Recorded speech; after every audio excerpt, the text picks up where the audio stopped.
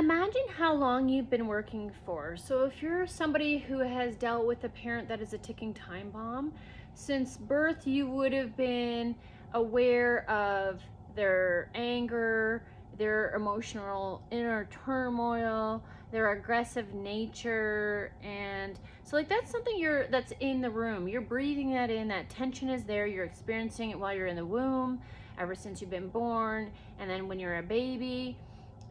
Whether it was directed at you right away, you're experiencing it through the way they treated your mother, and just, them being in your space. So, like, that is overworking your system. So, since the womb, as a baby, as a toddler, like, you're feeling that, you're experiencing that. That's like, the gas is on in the room, okay? You're feeling a little bit, something's off, okay? So, you've been working since you were a child. So, now, as a teenager, like when I was younger as a kid, we would run outside and we could kind of, I think, work off that sort of like tension or that aggravation or that knowing something's off and having to tiptoe, work around that parent, because that parent is like, we have to manage that parent, because if we're not on our best behavior, that can set that parent off. If we speak out, misspeak, if we irritate the already irritated parent, like, that's something that we're going to have to now resolve as a child. Not our job, not our job. This is not our job, not our responsibility. We're children. We're supposed to be learning and curious and growing, right? We're not doing that. We're managing our parents' emotional instability. And so, like, when you're responsible for that, and then, like, we would leave the house and we'd be having fun outside, but when we come back in, like, we're fully aware of the ticking time bomb.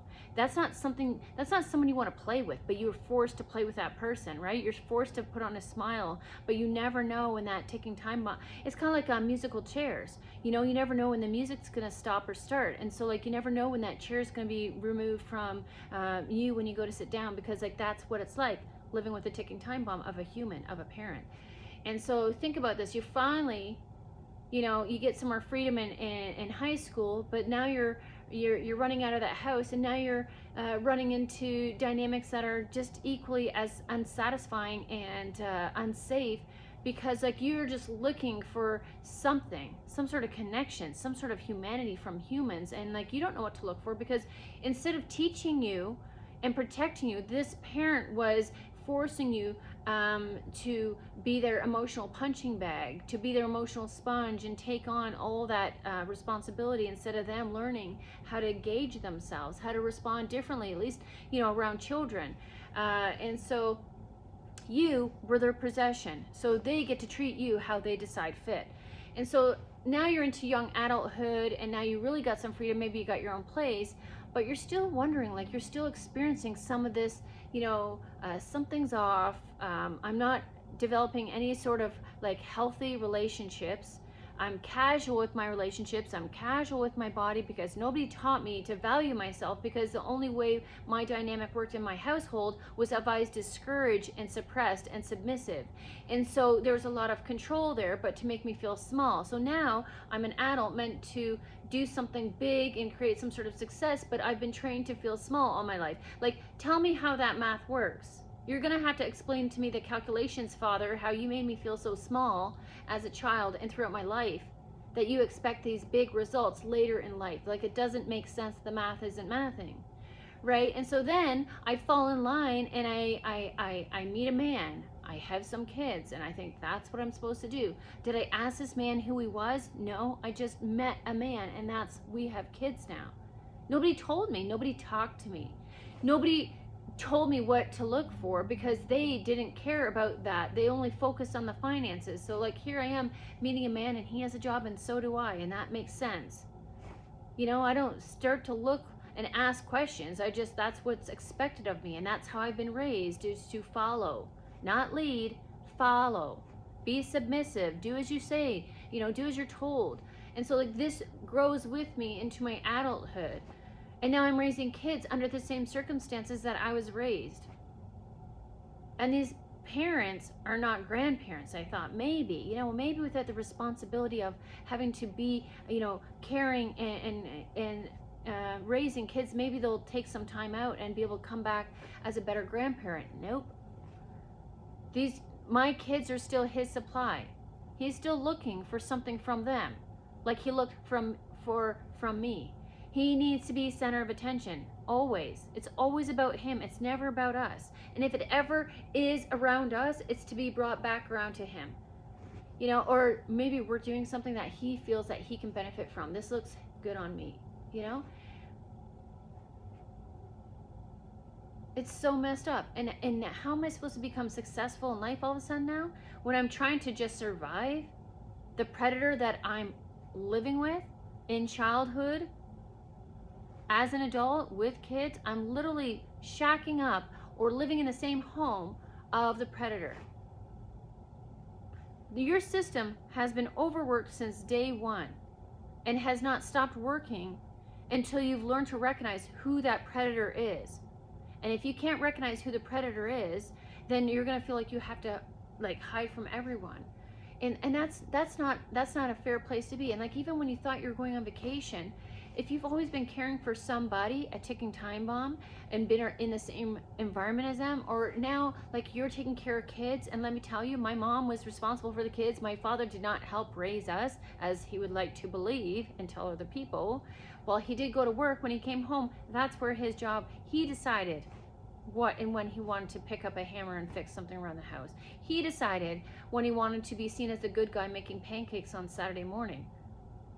We'll let mom sleep in. Okay, thanks dad. Lucky her. You know? Meanwhile, she took care of everything during the week. And he got up and was pancake dad? Wow, thanks. You know, so you don't have to make us eat vegetables. You don't have to sit there and make us eat our meat unless you're going to yell at us to do it. And so like your system has been worked since day one. And so if you're exhausted, there's very good reason, and it has very little to do with age. Okay? And it has very little to do, well, your hormones are fucked up and messed up. It's not like a premenstrual problem. This is a predator and prey problem. This is, my nerves are shot, and I've been living in this sort of like overwork, under everything. Like, you've been under nurtured, you've been under educated, you've been under heard, like you haven't been seen or heard, because nobody cared enough to ask you these questions. How are you feeling? What can I do different? Do you consider me a good parent? What don't you like? And then offer that safe space for you to answer. No partners did this. Nobody's asked you, how are you today? What do you need? So like, I had to start learning to ask this to myself, and I had to start recognizing where I can no longer keep softly supporting these people by protecting their emotions and by protecting their reputations. And these people will be the ones that will turn around and try to call you crazy. And they'll, oh, poor Jen, you know what, yeah, she got a little turned around in that spirituality thing. It's like, I didn't get turned around in the spirituality. I got fucked up at birth when you raised me through the religion. That's what really messed with me. And then that sent me. What do you think's gonna happen when you push someone so fast and furious into this box of your control, your ideas, and keep them contained in that little box? What do you think's gonna happen when they finally get a sense of freedom?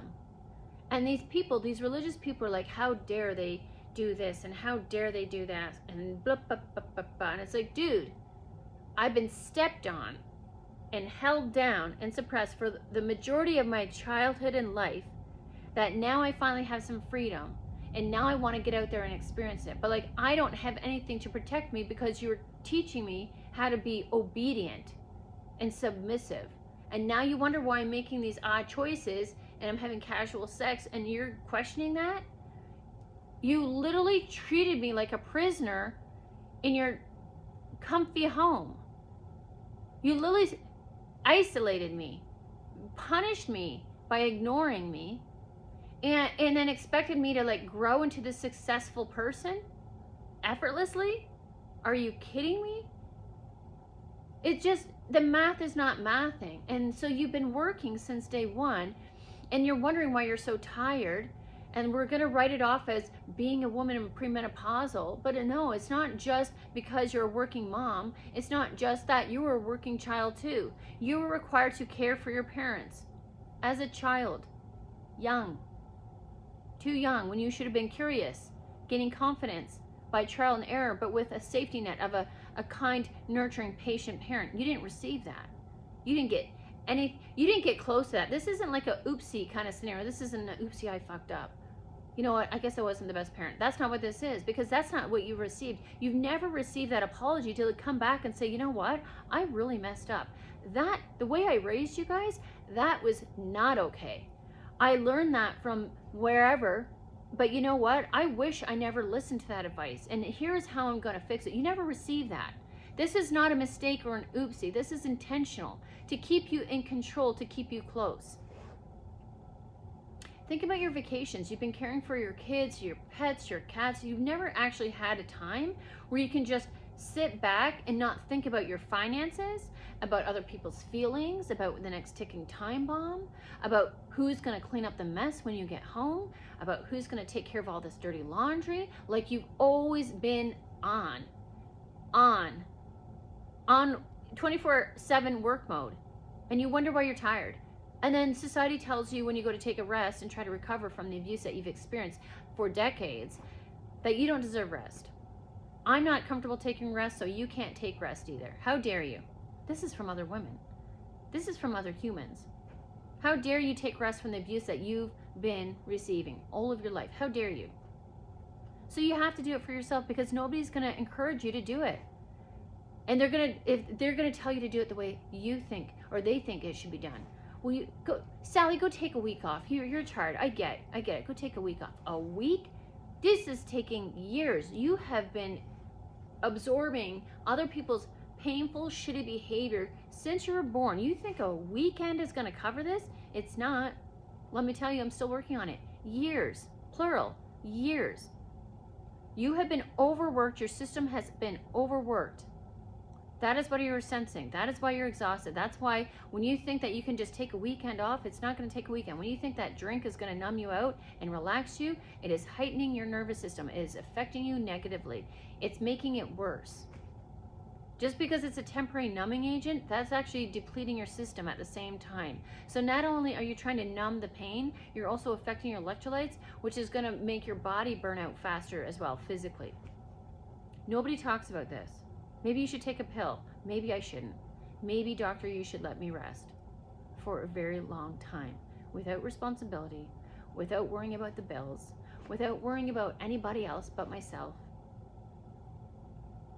without requiring me to check in and talk about how I'm feeling with people who really don't give a shit. Why can't I just sit back and rest? Let me have a real vacation, one that is catered to me, without my kids, without my pets, without a thought of bills and things to come. I just want to turn my brain off, rest my body, and be surrounded by flowers. No, not a funeral. Oh, wait. Isn't that strange? You deserve rest. Do it sooner than you think you should, because you know what? The longer you wait, the worse it gets, the harder it is, and the more time you're going to need. So today is a time for you to decide, when are you going to give yourself permission to rest? Because no one else will.